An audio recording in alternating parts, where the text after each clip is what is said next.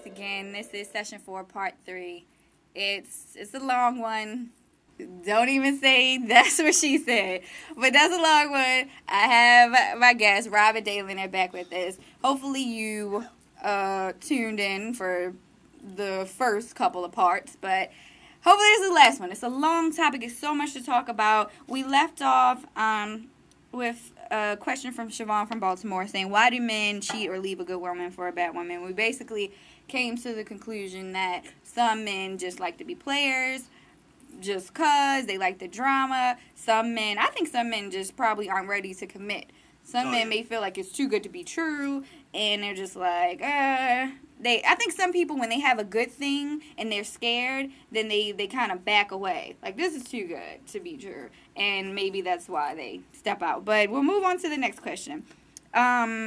Tracy from Baltimore, Maryland wants to know, why don't guys like talking on the phone?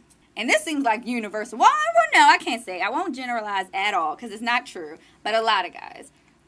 Rob, Dalen? Well, me, I'm not a talkative person from the jump. So, and when I do talk on the phone, I say what I got to say, and whether it's phone or in person, I just say what I have to say and just keep it moving.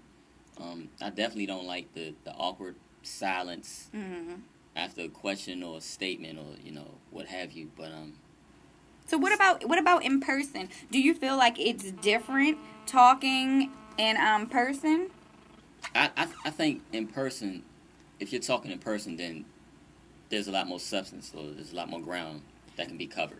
But why? You can't cover that ground on the phone? Is it just different because you're looking at the person, you're seeing their facial expressions? I mean, it's still conversation. No answer, Dalen. Face to face is you can see that person. I mean, I think it's more connection you're talking about. So that makes you want to talk more because you're face to face. But if you're on the phone, you don't see them, so you're just like, what do you sleep?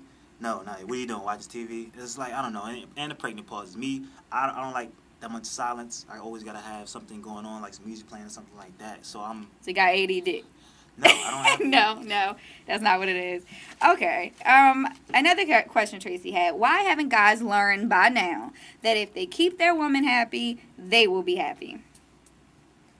What if you're trying to keep your woman happy and she's not keeping you happy? Then what?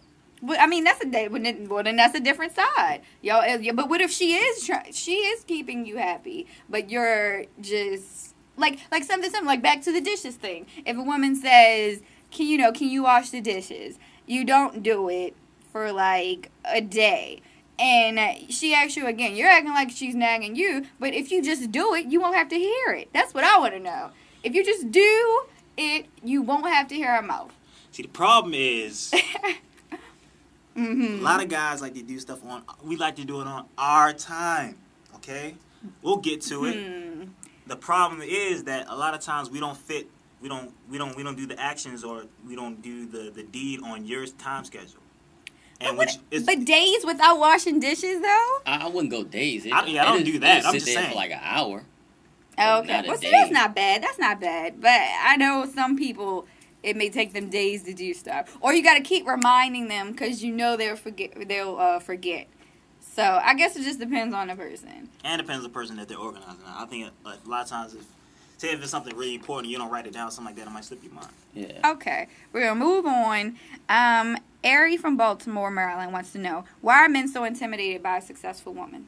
I think a real man isn't really intimidated. Yeah, if anything, it should motivate you. Yeah. So is the real men aren't intimidated. I think that early Martin type of my girl can't make more than me. Yeah. That way of thinking needs to go out the window. It's just so true, so true. So, moving on again, trying to wrap it up. Tanya from Baltimore, Maryland wants to know, why is it so hard for men to open up and communicate? That goes to the other question. Does it go to the talking on the phone or emotions? Is that what you're saying? We talking about the other question about not really expressing emotions. I think it's because you don't know how to express them. Okay. Well, we'll definitely come back to this topic in a future session because there's so much to cover. But thank you for joining us for all these part 1, 2, and 3 on the 5-minute spin with D. Thank you to my guests, Robin Dalen. Thank you. And join me every week with the 5 minutes. Thank you.